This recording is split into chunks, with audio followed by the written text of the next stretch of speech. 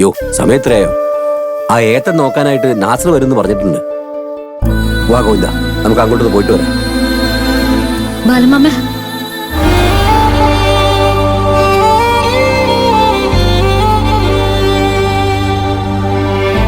എന്താ മോളെ? ബാലമാമൻ എന്തിനാ ക്ഷമ പറയാൻ പോയെ? ഞാനായാലും ശ്രേയായാലും ഈ വീട്ടിലെ മരുമക്കളാ. അല്ലെങ്കിൽ തന്നെ ശ്രേയ അല്ലാതെ ചെയ്തെന്ന് തെളിയിക്കപ്പെട്ടിട്ടൊന്നും ഇല്ലല്ലോ.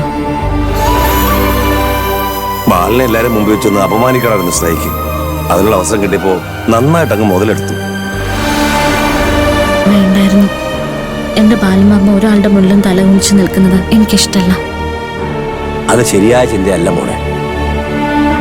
ശ്രേയ തെറ്റ് ചെയ്തിട്ടില്ല എന്ന് തെളിഞ്ഞോ എന്ന് നീ ചോദിച്ചില്ലേ? അവിടെ മറ്റൊരു ചോദ്യം അവശേഷിക്കുന്നുണ്ട്. അവൾ തെറ്റ് ചെയ്തു എന്നുള്ളതിന് നമ്മുടെ കയ്യിൽ എന്താ തെളിവ്?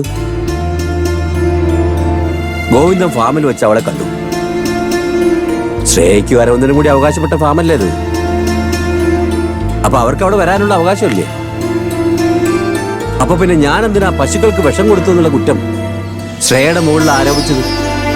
തെറ്റല്ലേ അത്?